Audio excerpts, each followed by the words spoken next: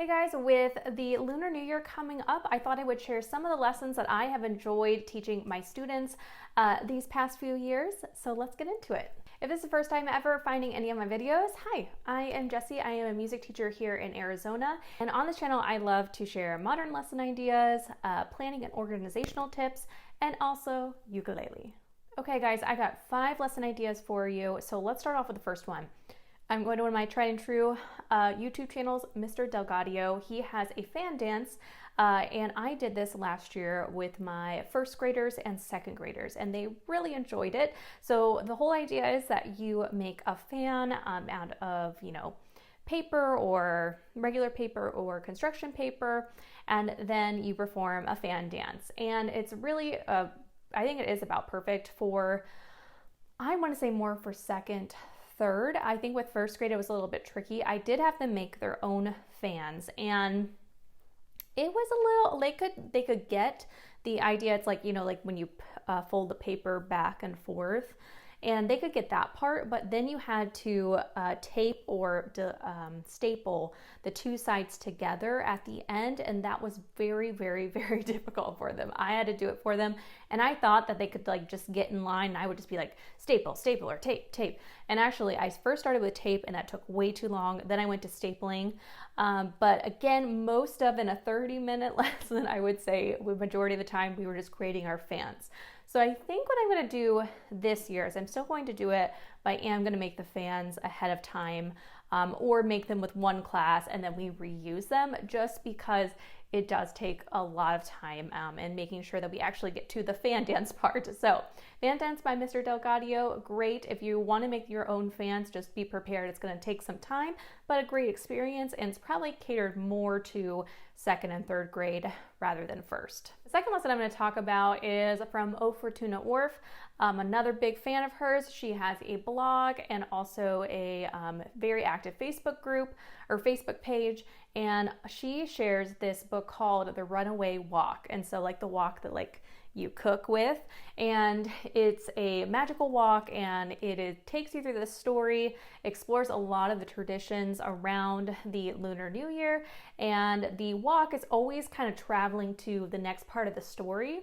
And so that's where the lesson piece comes in. So this is a movement lesson. So you read the book, and then she has a playlist of different types of music from different Asian countries.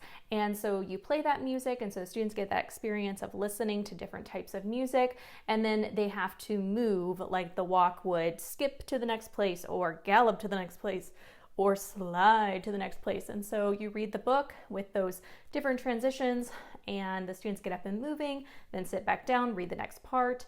And it also, again, is just a great way to kind of introduce some of those traditions that you might see in the Lunar New Year. Third is this YouTube video of the shadow puppets going through the story of the Zodiac. And it's my favorite one, hands down, to talk about the Zodiac, the Chinese Zodiac. And I really think it's cool because it goes through shadow puppets, which is, very authentic and a Chinese tradition. And the students really enjoy it. And the person that narrates it does little voices, and the kids really like it. So I would say for that, probably kindergarten all the way up to third grade would really enjoy that video.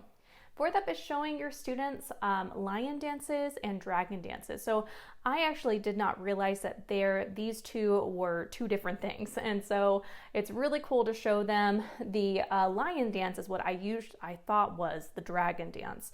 And so showing that to them and talking about the lion is supposed to be, is supposed to represent luck, and it's a friendly thing. And then also the dragon almost looks more like a snake, and people have it on this, it's a team of people, and it's pretty much a big giant dragon puppet, and people are holding onto poles, and they do some amazing things. It's really cool videos out there of the dragon dances. So definitely showing both types to the students and kind of making that difference that these are different. Sometimes we think it's this, but there are actually two different types of dances.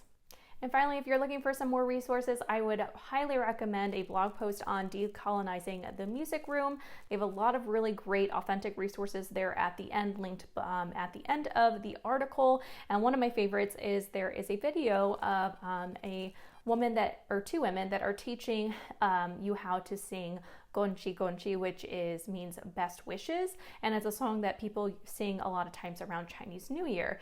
And she walks you through it really well. It's through Carnegie Hall, and so I really enjoyed that. And there's a few other resources that you can check out on your own also. Okay guys, that was a really quick one. All of these lesson ideas are going to be linked down below with the original sources in a blog post. So if you are interested in any of those lesson ideas, go definitely check it out and you'll get to the source. And I will see you guys in the next video. Bye guys.